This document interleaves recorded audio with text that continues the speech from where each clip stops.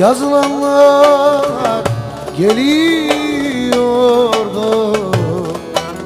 sağlam aşağı. Aman aman aman garip.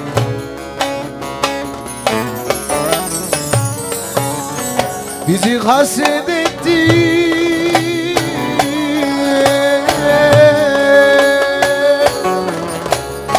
kavim kardeşa,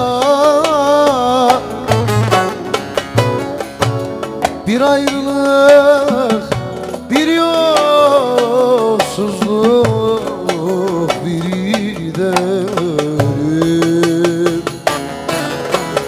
Aman aman aman